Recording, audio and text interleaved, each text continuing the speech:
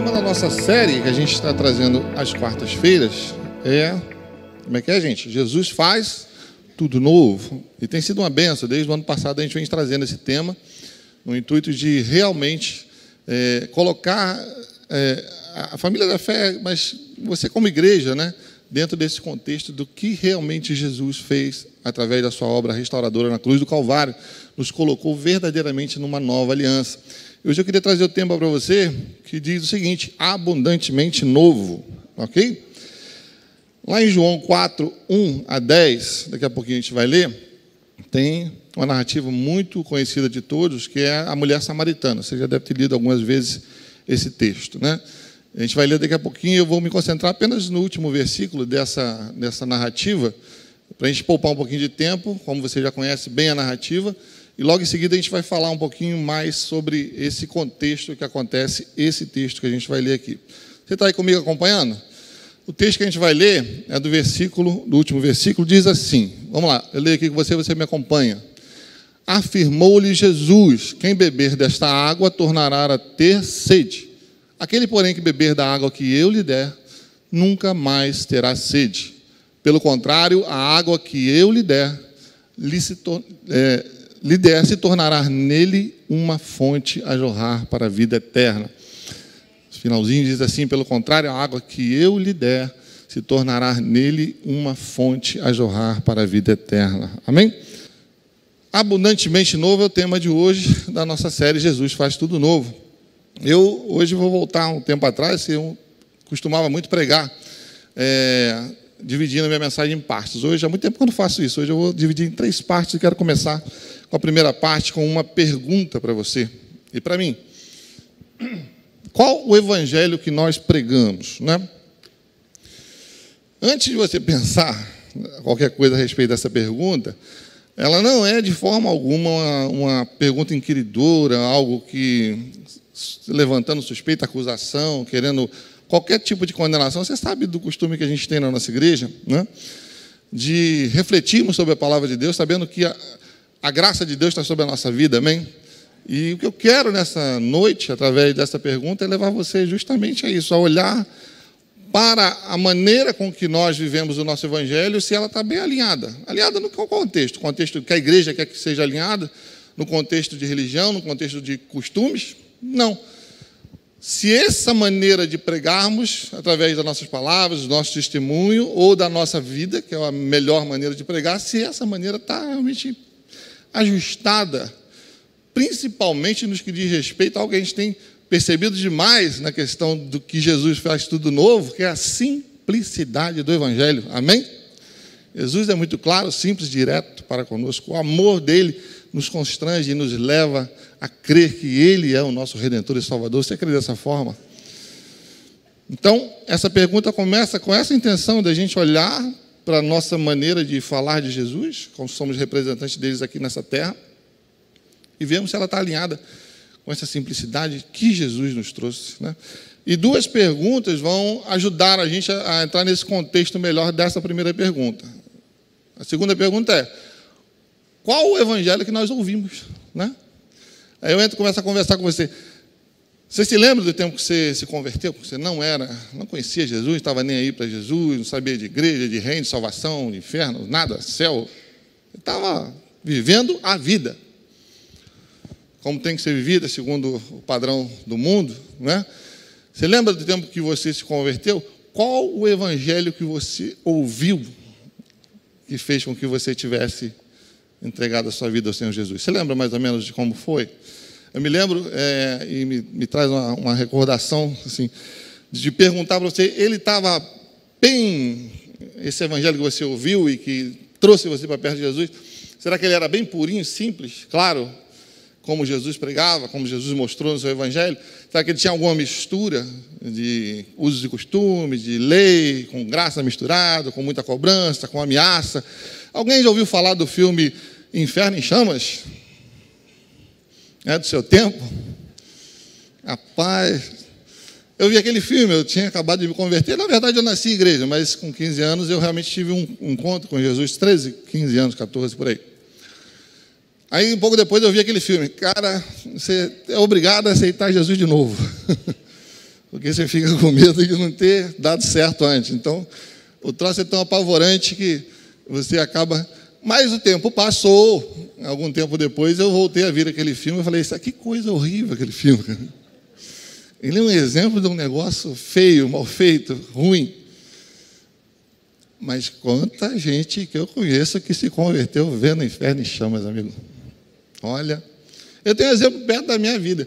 Tem um colega meu, que até hoje, se não me engano, eu acho que ele é até pastor. Não, se eu não me engano. Foi uma missionária na minha igreja uma vez, né? O pastor lá era tão cuidadoso, cara, ele não gostava de abrir púlpito para ninguém, assim, né? Tinha o maior cuidado. Naquela época não tinha essa facilidade, que a gente convida alguém hoje, vai na internet e vê como é que ele prega. Tu tinha que realmente conhecer a pessoa, vou lá ver ele pregar para chamar. E ele chamou uma missionária. Ela estava até um pouco famosa na época, o pessoal falando, muito bom. Gente, que coisa terrível. A mulher pregou umas 3 horas, mais ou menos, na igreja. E falou coisas ótimas, legais, maravilhosas. A mensagem foi dada. Mas ela falou tanta doideira, cara. Era um negócio fora do que a gente pregava, fora do que o pastor entendia. Não é que esse meu amigo se converteu naquele dia? E ficou. Permaneceu. Entendeu? Continuou, seguiu. Hoje, eu acho que, se eu não me engano, ele é um pastor. Várias vezes eu encontrei ele firme na fé, homem de Deus. Vida transformada, maravilha, bom demais. Que tipo de evangelho você ouviu na época que você se converteu? Será que era bem legal? Né? Eu vi na sexta-feira aqui, a gente teve o pessoal da Kairos chegou, eu me recordei de outra coisa também. Estavam aqui dançando, foi uma bênção, batismo depois. Eu me lembrei, no meu tempo de juventude, algumas vezes a gente ia para alguns lugares, não era tão badalada a vida assim na minha época, anos 80, né? Era legal, mas o crente tinha menos opções. Quando tinha uma festinha na casa de um irmão, aniversário, era benção demais, todo mundo ia para lá. Às vezes a gente caía na besteira de fazer alguma coisinha a mais, dançava um pouquinho, ou então fazia um pouquinho mais de barulho, né? Aí isso era sábado à noite. Aí o que acontecia? Eu não sei o que o irmão fazia, ou alguém fazia, o que essa figura fazia. Acho que ele ia de madrugada para a casa do pastor para contar o que a gente tinha feito.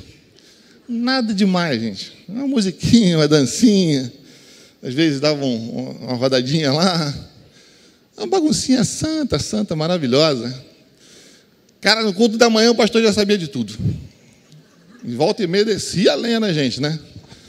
Ou seja, trocando em miúdos, né? O evangelho que eu ouvi e que acho maravilhoso, dou glória a Deus por ter ouvido ele, porque foi ele que me levou a ter um encontro com Jesus. Ele também veio misturado com um monte de coisa, né? Às vezes de cobrança exagerada, muita coisa. E a terceira pergunta vem em cima dessa questão. Qual é o evangelho que nós entendemos? Ou qual é o evangelho que nós passamos a entender depois que tivemos o encontro com Jesus? Porque há uma diferença, né? Eu não sei se você tem essa história para contar, né? Eu quase que eu garanto que você tem essa história para contar, né? Você que se converteu há um bom tempo atrás. Se você voltasse atrás, ou pudesse voltar lá no tempo que você se converteu e ver se aquela trajetória... Quem glorifica a Deus pela trajetória que você teve aí, conhecendo a Jesus, na sua vida com Cristo? Eu glorifico a Deus. Mas você faria alguma coisa diferente? Não faria? Eu faria. Aí é um monte de coisa. Você pode ter sua história, eu tenho a minha. Como, por exemplo, quantas vezes eu exagerei demais cobrando pessoas? Quantas vezes eu me cobrei demais coisas que eu não poderia dar para Deus e não entendia que eu não podia dar? Não? A intenção é sempre maravilhosa, mas quantas e quantas vezes pessoas são machucadas, nós machucamos pessoas, nós não entendemos pessoas não nos entendem nessa trajetória puramente porque a gente não consegue ou vai muito lentamente entendendo o que Jesus realmente fez por nós na cruz do Calvário. Você entende porque salvação é uma coisa tão incondicional? Já pensou se a gente dependesse desse monte de coisa para ser salvo? Ia uma meia dúzia para o céu, meu amigo. Sinceramente. Mas Jesus nos cobre com a sua graça. Diga amém. Uns andam mais, o conhecimento aumenta, outros andam menos, um retrocede. O perigo de tudo isso é como aconteceu. Posso tocar nesse assunto? Por exemplo, com meus irmãos, eu fui criado com eles. na casa de Deus, só eu permaneci. E eu tenho exata noção de que não precisava ser desse jeito. Não precisava. Por quê? Cobranças exageradas, não entendia que são apenas jovens que estavam querendo, às vezes, nem sequer entendendo bem aquilo que Jesus fez por ele, porque a obra que Jesus fez, às vezes, não era tão bem explicada, porque a Bíblia nos explica com clareza. Mas quantas e quantas vezes o que nos é passado, a forma com que a gente ouviu o Evangelho, como ela interfere ao ponto de que aquilo que a gente ouviu, a maneira com que a gente passou a entender. Esse processo de entender é o quanto essa verdade real do Evangelho, da vida de Jesus, do ensinamento que Ele fez, transforma a nossa vida, amém? Vai nos mudando. Quanto a verdade vai nos encharcando e a gente vai tendo clareza para entender o que é obra de Deus na minha vida em Cristo Jesus. Alguns conseguem, outros com mais dificuldade conseguem seguir. Mas dentro desse quadro que eu comecei a falar com você, eu queria desenvolver essa primeira parte dizendo uma coisa muito importante para você. Com toda a história que você teve do Evangelho, da maneira com que ele foi pregado para você, como você ele entendeu, hoje como você fala do Evangelho, como você demonstra o que Cristo fez por você, eu queria te dizer uma coisa. Você não está aqui pela mensagem que você ouviu. Não foi pela mensagem que você ouviu. Porque se fosse, provavelmente, havia uma grande possibilidade de você não estar aqui. Concorda comigo? Dá um filme na tua cabeça e vê a tua trajetória com Cristo Jesus. Quantas e quantas vezes você esteve a ponto de desistir por mil motivos. Alguns motivos totalmente humanos, que não tem nada a ver com Jesus, com Bíblia, com nada. Puramente relacionamentos errados, conceitos errados, cobranças erradas. Por isso eu afirmo para você, caminhando para o que eu quero começar a falar com você nessa noite. Você não está aqui pela mensagem que você ouviu. Você está aqui porque teve um encontro real com Jesus. Esse é o motivo, querido, eu te garanto. A igreja não se estabeleceu no mundo. Porque os apóstolos eram muito valentes. Porque eles viram Jesus. Eles eram valentes. Eles foram extremamente ousados. Eles se sacrificaram pelo Evangelho, sim, mas não foi por isso que a igreja se estabeleceu na terra. A igreja se estabeleceu na terra, a gente tem aprendido isso desde o ano passado, no finalzinho, meio do ano, tem falado sobre isso, porque Jesus é o Filho do Deus vivo, morreu e ressuscitou. Não há outro motivo. O que veio depois foi consequência dessa maravilhosa verdade, que Jesus é o Filho do Deus vivo, e nele todo o reino de Deus e as coisas estão amparadas nele. Ele é o fundamento, ele é o centro. A igreja não cresceu para o que ela é hoje, quase um terço do povo, do mundo, é cristão hoje. Ela não chegou lá porque o apóstolo Paulo escreveu as cartas às igrejas e colocou a espinha dorsal da doutrina da igreja. A igreja não se estabeleceu e hoje cresce sem parar por conta disso. O apóstolo Paulo teve condições de escrever a doutrina da igreja, que faz com que a igreja seja amparada nessa doutrina, sim, crescer em cima de uma doutrina maravilhosa. Sabe por quê? Porque um dia o apóstolo Paulo teve um encontro com Jesus, que mudou totalmente quem ele era. Isso faz uma diferença tremenda na questão de como a gente está pensando nessa questão do reino de Deus. Ele nos deu a base doutrinária, sim, porque ele teve um encontro e teve a vida dele completamente mudada através do encontro que ele teve com Jesus. E aí outra pergunta que eu quero fazer, desenvolvendo esse tema: qual o evangelho que temos pregado para nós mesmos? Pastor, eu prego para mim mesmo? Deveria pregar. Deveria. Quem às vezes aqui fica em dúvida? Levanta a mão bem alta aí. Eu fico às vezes. Você às vezes fica desanimado? Às vezes não sabe nem por quê? Está vindo uma vitória maravilhosa, tá um momento bom, um culto maravilhoso, teve conquistas, Deus tem abençoado a tua vida. Vem o desânimo. Do nada, acontece. Você fica aflito às vezes. Às vezes acontecem aflições. E nessa hora, o que realmente tem feito diferença na minha e na sua vida? Assim como o salmista senta com ele mesmo e conversa com a sua alma, e ele pergunta, ele que conhecia o Deus Todo-Poderoso, o Deus de Israel, ele pergunta para ele mesmo, por que, ó minha alma, você está abatida dentro de mim? Conhecendo a Deus, ele perguntava isso. Ele olhava para ele mesmo e pensava assim, eu conheço esse Deus, eu sei quem cuida de mim, por que essa alma, a minha alma, está batida? Assim como o pastor Ednei falou hoje, por quê? Olha para dentro de nós e nos perguntamos dessa forma. A palavra de Deus diz, no mundo tereis, mas tem de bom ânimo. E o versículo termina aí? Ele não termina aí, sabe por quê? Porque aí vem a essência desse versículo, diz assim, eu venci o mundo. Você entende que é a personificação do Evangelho? O Evangelho que eu creio que você crê, a gente resume ele na pessoa de Jesus, todo o ensinamento dele. Invoca que ele garante para nós aquilo que nós precisamos. Ele é o centro. E eu creio nisso, queridos. Eu só cheguei aqui, onde eu estou, com a minha história. Não foi porque onde eu aprendi foi na Nova Vida, onde eu comecei, que a palavra é boa, é moderada, é temperada, não. Porque outras pessoas começaram em outro lugar, com outro tipo de palavra totalmente diferente, e outras começaram com a vida de ponta cabeça, doida. Outros começaram de uma forma doida, como eu conheci pessoas que começaram o Evangelho dessa forma. Bem complicado. Você já conhece gente assim? Você olha assim e fala, Jesus tem que mudar tudo, porque não tem nada para sobrar, a palha tem que queimar toda. Eu já vim de um berço evangélico, mas isso não me garantiu nada. Eu só cheguei aqui aos meus 51 anos, com mais de 38 de cristão, porque eu sei que eu tive um encontro com Jesus verdadeiro. Foi naquele dia que ele selou a minha vida.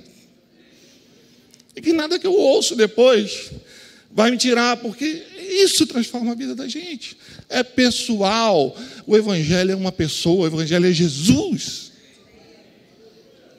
Não tem como a gente complica demais por conta desse monte de penduricalho que a gente bota e quer convencer pessoas. Não dá. Eu preciso ter um encontro real com Jesus. E é o que eu tive, é o que me segurou. O Evangelho é isso. E a gente às vezes tem uma dificuldade tremenda de encarar isso, porque a gente quer se aproximar e viver com Deus debaixo de religiosidade. Desculpa, irmão, a gente fala tanto isso aqui nessa igreja, mas nós, na família da fé, eu estava conversando com o meu pastor André, eu falei, nós somos religiosos ainda. Por mais que a gente fale e brigue contra isso, não é fácil, porque o evangelho que você ouviu é esse. É difícil. E onde está a solução? O pastor Hélio fala um negócio engraçado, Abessa, numa mensagem que ele prega, que ele diz exatamente como é difícil, às vezes, o cristão, o povo de Deus, que já teve um encontro com Jesus, ele se relacionar com Deus como uma pessoa que Jesus é. Ele até brinca e fala assim, tem gente que perde tanta noção através de coisas religiosas, ele perde a noção da pessoalidade de Deus para com ele. Aí Deus passa a ser uma fumaça, um vapor, ele não sabe o que é. Ele até brinca, Deus é uma geleia. Não é, ele é uma pessoa. Ele se relaciona conosco em Cristo Jesus. E essa personificação do Evangelho é algo que a gente tem que bater tanto nessa tecla. Falar tanto disso, olhar tanto para a palavra de Deus.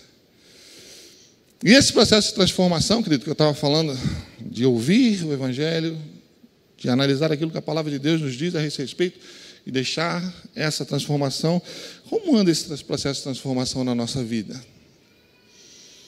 Será que eu tenho evoluído? Será que eu tenho caminhado para isso? Porque esse lugar é maravilhoso demais, eu quero ir para lá. Você quer também? Eu quero. Eu quero provar daquilo que Jesus tem para mim na sua totalidade. Será que eu não posso provar? Eu quero tudo que eu possa ter em Cristo Jesus nessa vida, que Ele me proporcionou através do seu sangue. E eu entro na segunda parte, falando sobre o evangelho de resultado. Eu queria voltar lá para o texto com você. Diz assim, o texto. Afirmou-lhe Jesus, quem beber desta água tornará a ter sede, aquele, porém, que beber da água que eu lhe der, nunca mais terá sede.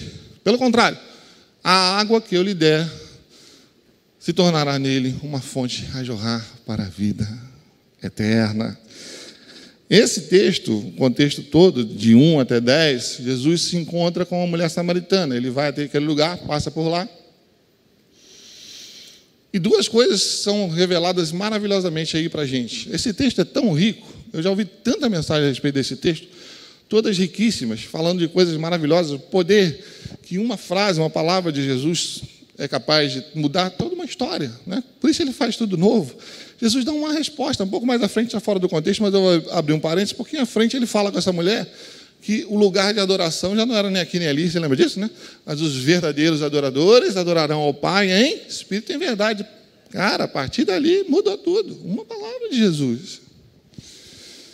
Por isso ninguém segura o reino de Deus. O reino de Deus não está aqui, não está ali, está lá, não está na igreja, não, está aqui dentro. Não para de crescer e nunca vai parar querendo o inferno ou não. Reino de Deus vai vencer. Toda a terra se encherá do conhecimento da glória de Deus, é promessa para nós. Mas esse texto, entre outras coisas, várias coisas Jesus muda através de uma frase só, e o poder daquela palavra perdura pela eternidade. Duas coisas se revelam com relação a essa mulher. Um amor impressionante de Jesus, como o ministério dele era baseado em amor, e ele revela para aquela mulher também a sua pessoa, quem ele era, de uma forma muito contundente.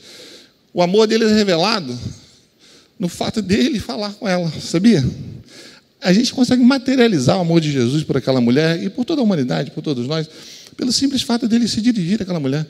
Sabia que Jesus se arriscou falando com ela? A samaritana não fala com o judeu procurou a samaritana. Homem não falava com mulher, que dirá naquele horário do dia. Era indigno. Pela reputação daquela mulher, Jesus, como sendo um mestre, que ele já era conhecido como, ele estava arriscando a reputação dele, de ser mal falado. Você lembra de Coríntios 13, quando a gente fala do verdadeiro amor? Vê a analogia? Como Jesus ama praticamente aquela mulher? Ele se expõe. Que diferença faria para Jesus não falar com a mulher samaritana e não ter a samaritana, a história dela na Bíblia? Nada, ele continuaria sendo Jesus, o Filho do Deus vivo.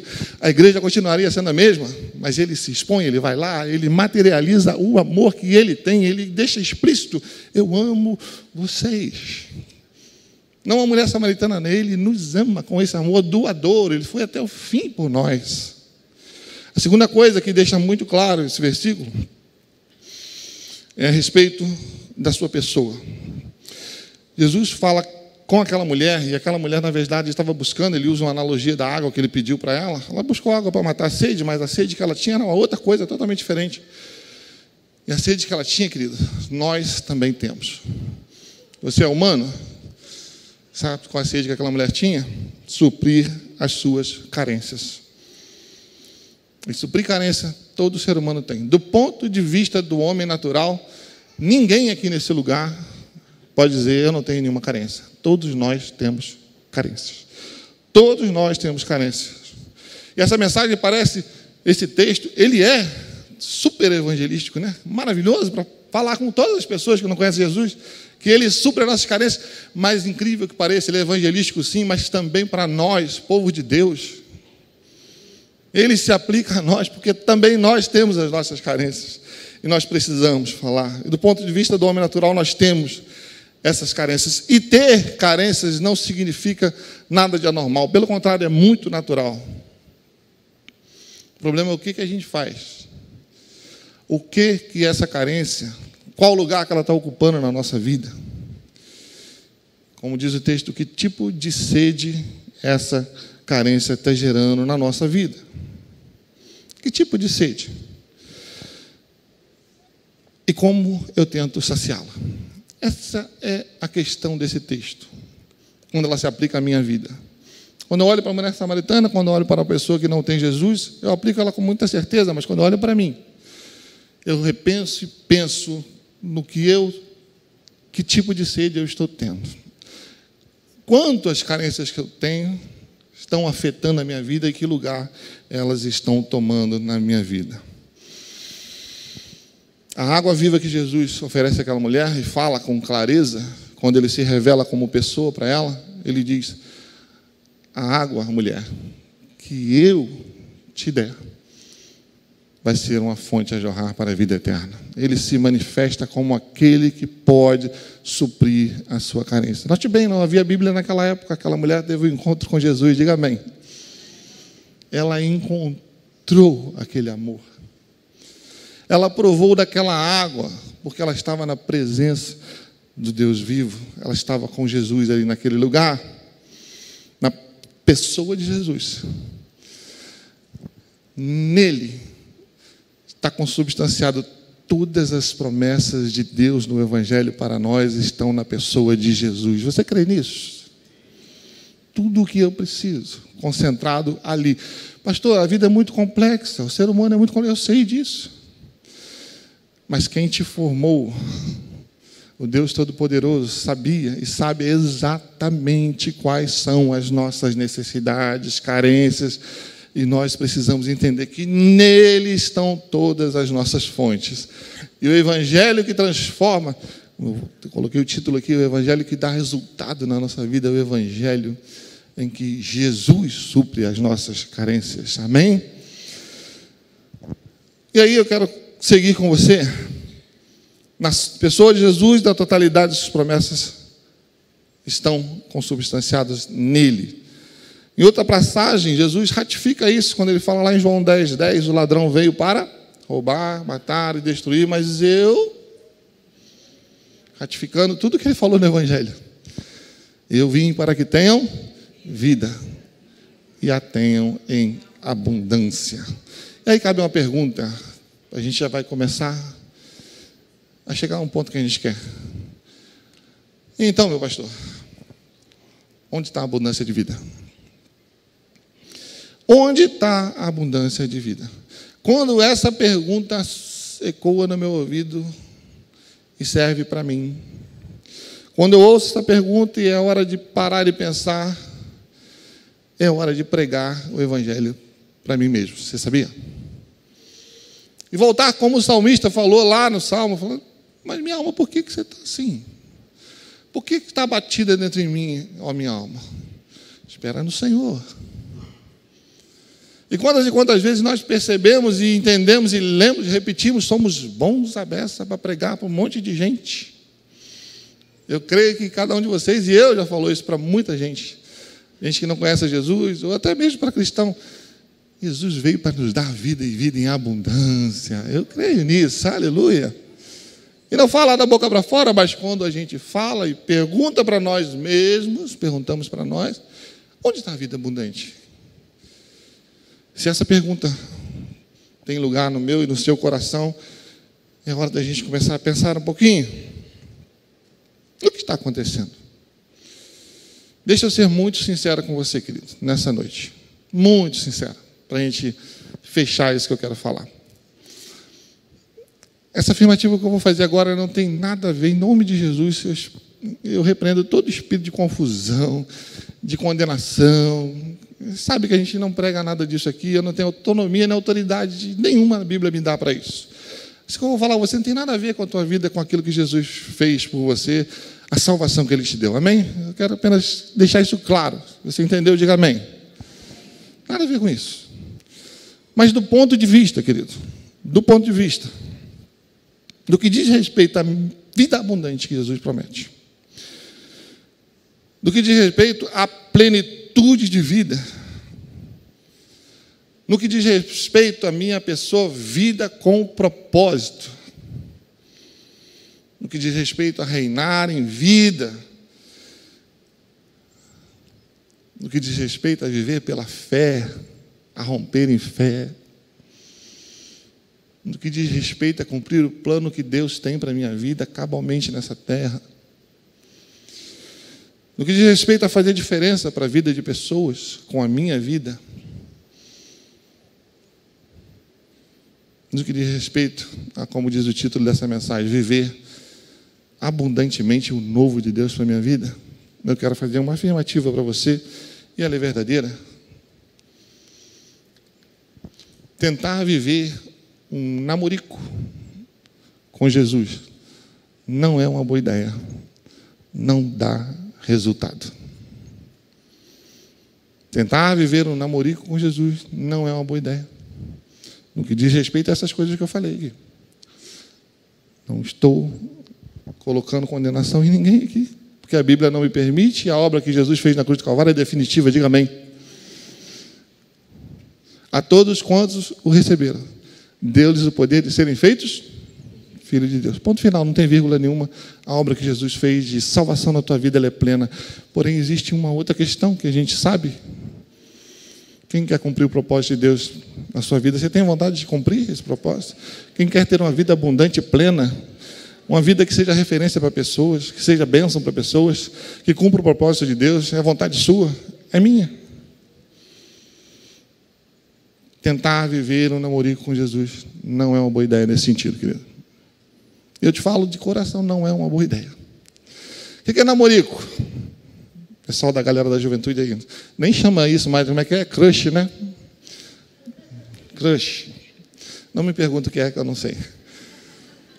Namorico é um namoro que não é namoro, é um namoro que é namorico. Profundo demais isso, né? Sabe aquele negócio? Você gosta dela? Acho que gosto. Vou ver. Não, vou lá ver ela. Vou não. Essa semana eu vou não. Um mês sem ver. Não, minha namorada.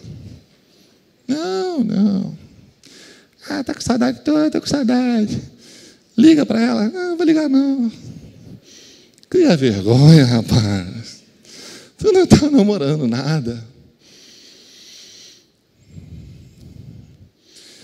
Jesus não aceita namorico. Não. Ele odeia namorico, ele repele quem está querendo. Não, ele te ama com amor sem fim. Mas não dá para ser assim com Jesus e querer ter vida abundante. Não dá. Não tem como. Jesus se deu por completo para nós. Diga glória a Deus. Ele foi até o fim com morte de cruz. Ele se entregou por inteiro. Todos os benefícios da cruz do Calvário estão à minha disposição. E o que Ele me cobra, o que Ele me pede, confia, se entrega. E aí eu olho para a minha vida, desde que eu ouvi a palavra de Deus e vejo a minha trajetória, eu penso, Senhor, será que quanto tempo, o que eu estou desperdiçando por tentar viver uma vida de namorico com Deus? Não dá. Dependendo do que eu quero, onde eu quero chegar. Eu não quero apenas ver testemunhos de pessoas, milagres acontecendo, não para meu benefício, não, para ser usado por Deus. Diga amém, isso é o privilégio maior que eu posso ter na minha vida. Mas se eu quero isso na minha vida, eu tenho que me jogar aos braços desse Salvador. Vida de namorico não serve. Evangelho que dá resultado, querido, na minha vida. Que eu olho para a minha vida e vejo... Estou falando de resultado de lucro só não, tá, gente? Estou falando de prosperidade verdadeira. De prazer em doar. De vida plena. De viço nos olhos. Aleluia, diga glória a Deus. De acordar de manhã disposto, com o maior problema do mundo para me resolver, mas eu sei em quem tenho crido. Ele já resolveu, eu não vi nenhuma resolução, mas eu já sei que Ele resolveu. Vida de descanso. Não dá para alcançar com namorico. O Evangelho que é alcançado dessa forma abundante é o Evangelho de proximidade com Jesus. Amém? Proximidade com Jesus. E por isso a gente tem batido tanto nessa tecla aqui. O Evangelho é uma pessoa, gente. Jesus. Não são esses 4 livros. Os 4 livros foram escritos por Jesus, para Jesus. Você lê na Bíblia que por Ele, dele, por Ele, para Ele, são todas as coisas, inclusive a palavra que a gente tem na mão foi feita para Ele. A Bíblia foi feita para Jesus, para falar de Jesus. E quando eu tenho proximidade com Ele, eu me alinho com essa palavra de forma tão natural. Ele começa a ajeitar as coisas, porque eu estou próximo dele, você entende? Eu começo a ouvir e conhecer, andar juntinho com Ele, significa vida em abundância, sim. Vida na palavra, sim, porque eu estou junto com Ele. Não ao contrário, quando eu me esforço, puramente para ser politicamente correto, para ser um cristão exemplar, não, eu vou conseguir, não, vou chegar lá, o pessoal todo vai ver. Não dá. Vida de proximidade com Deus gera vida para mim, abundância, descanso, paz que excede todo entendimento. A proximidade com Jesus traz resultado, querido, transformação, abundância. E se isso não está acontecendo, o que eu faço, pastor? Essa mensagem é maravilhosa por conseguir, a mensagem desse contexto que a gente está falando é maravilhosa por isso. Eu posso olhar para a minha vida claramente, pregar o Evangelho para mim hoje e falar assim, por que não está acontecendo? Mas mais do que isso, é não me conformar com a posição que eu estou vivendo, amém? Até porque isso não significa cumprir um monte de coisa, não, significa crer nessa palavra e tomar passos largos para me aproximar de Jesus verdadeiramente na minha vida. É próximo dele que eu vou conseguir. É próximo dele que eu vou receber a virtude e a transformação necessária para ser uma pessoa realmente com vida abundante. É lá, perto de Jesus. Eu entro na terceira parte. Pedi o pessoal do louvor para subir já. Falando sobre as minhas sedes. Sede, vontade de beber água. Inclusive, eu estou com vontade agora.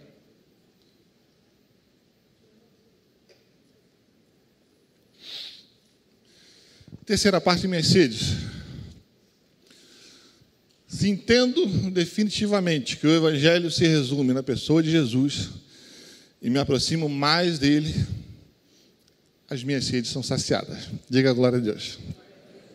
Se eu verdadeiramente entendo, que definitivamente, de uma vez por todas, que o Evangelho se resume na pessoa de Jesus, e me aproximo mais e mais dele, as minhas sedes são saciadas. E sedes, pastor? E nesse ponto eu quero voltar àquilo que eu toquei nesse assunto com você. Vida de namorico com Jesus provoca um monte de sede na gente. Vida de proximidade com Jesus sacia todas as minhas sedes que eu posso ter. Meu querido, sede nós temos, cristão, não cristão, santo, que acha mais santo, menos santo, todos nós temos sede. E vamos continuar tendo sede. Até Jesus voltar. Temos nossas carências. Mas se eu entendo isso, eu sei que todas as minhas sedes nele vão ser saciadas. E a maneira com que eu começo a prosseguir na minha vida é totalmente diferente. E nessa noite eu quero começar a falar com você algumas sedes que a gente tem, que o mundo tem, mas que eu sou obrigado a dizer, nós cristãos às vezes temos também.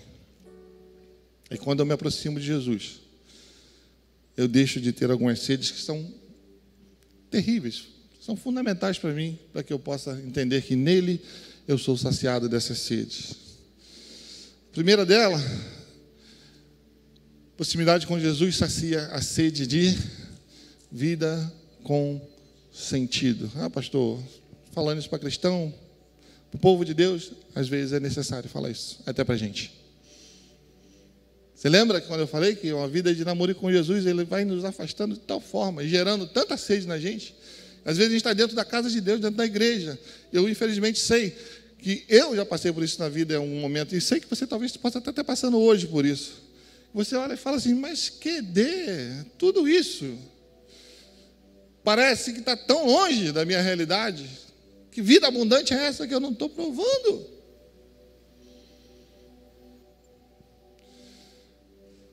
Proximidade com Deus, estar juntinho de Jesus, querido. A sede de vida com sentido acaba. Ele vai saciar. Diz a palavra de Deus, eu sei quem eu tenho crido. Próximo dele, eu sei onde eu estou, quem eu sou e para onde eu vou. Isso não basta ouvir. Isso é convicção de quem está perto. Convicção de quem ouve a voz, dia a dia. Convicção de quem é perfeito, de quem não peca, não, de quem está junto com ele. Se eu estou colado com Jesus, eu tenho certeza quem eu sou, para onde eu vou e quem eu sou nele. Isso é bom demais na nossa vida. Isso é bom demais. Sei que tem um propósito e esse propósito me completa. Glória a Deus. Vida com propósito. Eu não fui criado por nada. Jesus tem um plano na minha vida e se eu ando junto com ele, inferno nenhum frustra esse plano. Vou conseguir. Vai cumprir na minha vida o plano dele. Se eu estou junto, eu sei que vai acontecer. Se eu não estou andando junto, começa a vir dúvida. Aí entra um monte de sede diferente. A vida está passando, eu estou com tantos anos, eu não sei o que está acontecendo. E aí eu preciso fazer, aí dá aquela doideira, às vezes, quero fazer alguma coisa, e começa a fazer coisa que não é para fazer, coisa que Deus não mandou você fazer, começa a desgastar tempo num monte de coisa que você não sabe para onde vai dar. Falta de proximidade com Jesus. Se eu estou pertinho, Ele cuida de mim. Ele não deixa eu jogar força fora. Ele vai conduzindo em triunfo. Mas eu preciso estar perto. Vida com sentido, perto dele, eu entendo que viver sem amar, perdoar e servir é viver sem sentido, gente. Por isso tem crente com um buraco desse tamanho no coração. Aceitou Jesus e continua com um buraco no coração. Por quê? Porque não está perto dele. Quando eu estou perto dele, eu sei que eu só tenho vida abundante e verdadeira quando eu amo, quando eu perdoo e quando eu sirvo. Senão não dá. Para isso ele nos chamou. Mas é só pertinho dele que eu consigo ouvir essas coisas, entender essas coisas. Proximidade com Jesus sacia a sede de viver com liberdade. Aleluia. Livre de quê, pastor? Livre de vícios. E eu falo de vícios, não falo só de vício às vezes que é coisa ilícita, não. Tem um monte de coisa ilícita pegando muita gente por aí. Viciando, tirando o lugar de Jesus. Afastando a gente de Jesus tão claramente, porque é lícito, eu não ligo. Eu vou me afastando. Jesus passa a ser detalhe. Jesus não pode ser detalhe, Jesus é o centro. Jesus é a cabeça. Não tem como inverter. Livre de dependências humanas. Como a gente depende uns dos outros, às vezes, não importa o que o outro está falando. Não. Proximidade com Jesus liberta a gente desse negócio. Nem todo mundo vai me amar, nem todo mundo vai gostar de mim. Glória a Deus. Deus seja louvado. Vamos embora. Lá no céu a gente se encontra. Glória a Deus. Livre, livre, livre. Vida livre. Livre de amargura, um monte de causa. Vai somando uma com a outra. Decepcionado aqui, patrão decepcionou, me deram volta, me roubaram. Acontece. Vai acontecer às vezes, vai. Está nas mãos de Deus. O meu socorro vem dele, a minha provisão vem dele. Isso só quando a gente está muito junto dele, irmão. Em nome de Jesus, eu não estou aqui apontando o dedo e dizendo, faz igual a mim, não. Em nome de Jesus, a gente está nesse barco, nessa caminhada. Estou pregando para os meus 2 filhos aqui que eu amo de paixão. Eles me conhecem. Eu estou na caminhada também. Eu não posso me afastar de Jesus. Ele é uma pessoa acessível a mim. companheiro, amigo do lado, conversa, faz, é vivo. A gente falou no final do ano aqui, Jesus não deixou um evangelho, Jesus se deixou para nós. Aleluia. Vida com liberdade, livre da religiosidade que afasta a gente de tanta gente. Olhando para trás, quanta gente eu deixei de ser acessível e de falar o evangelho simples como ele é. Passaram pela minha vida, eu não fiz diferença nenhuma na vida deles. Sabe por quê? Eu preciso estar junto com Jesus para aprender o que Ele é, como Ele ama, para que eu possa amar como Ele ama. Não tem como. E finalmente, querido, livre da nossa mente mentirosa. Sabia que você tem uma cacholinha aí, ó, dentro da sua cabeça? Isso aqui mente para você pra caramba, sabia? O coração do homem é enganoso. Quando eu estou juntinho com Jesus, eu percebo. Quando a mente está falando assim, você não é, você não presta, você não serve. Se eu estou fora, se eu estou de namoro com Jesus, que voz é essa? Que isso? E você começa a assumir aquilo que você está pensando. Mas quando eu tenho a mente de Cristo renovada, que eu ouço a voz dele, que eu estou lado a lado com ele, vem esse pensamento, vem sobre quem a gente vem. Mas eu falo, eu sei em quem tenho crido, eu estou nele, eu sou nova criatura. Sai. Levo cativo todo o pensamento ao senhorio de Jesus. Sei exatamente quando ela está tentando me enganar. Muita gente boa, querido, na igreja vai para um caminho muito complicado, justamente por isso. Que deixa de ouvir aquilo realmente que é a voz da verdade e dá ouvido à voz errada. Proximidade com Jesus sacia a minha sede de vida sem medo. Aleluia. Como a gente precisa disso nessa época, né? Como a gente precisa disso nessa época. O mal, querida, o medo é a seta mais inflamada do inferno que está jogando na humanidade hoje. É medo de tudo. Tudo. E o leão ruge forte, amigo, às vezes, tentando tragar a gente. Rumores. Olha para o futuro, dificuldades. Como vai ser? Mas em Jesus, eu vivo sem medo do ontem, sem medo do hoje, sem medo do amanhã, porque eu sei em quem eu tenho crido, eu ando com Ele. Ele fala comigo. Ele me diz, eu olho com os olhos e vejo a coisa difícil, mas Ele está do meu lado e fala, calma, eu estou contigo, estou e estarei com você até a consumação dos séculos. É vida sem medo de ficar sozinho, é vida sem medo de perder pessoas, é vida sem medo de morte. O pastor André conversava isso comigo outro dia, né? A respeito de como ele encara a morte. Não quer morrer não, né, irmão? Em nome de Jesus, tem muita vida por aí. Mas a gente passa a encarar isso de uma forma tão diferente. E quando pessoas totalmente loucas, sem saber por que está aqui, de uma hora para outra deixa de estar. Mas eu sei para onde eu vou. Aí eu passo a não ler, mas eu passo a crer. 1000 cairão ao meu lado, 10.000 à minha direita. Eu não serei abalado, eu não serei atingido.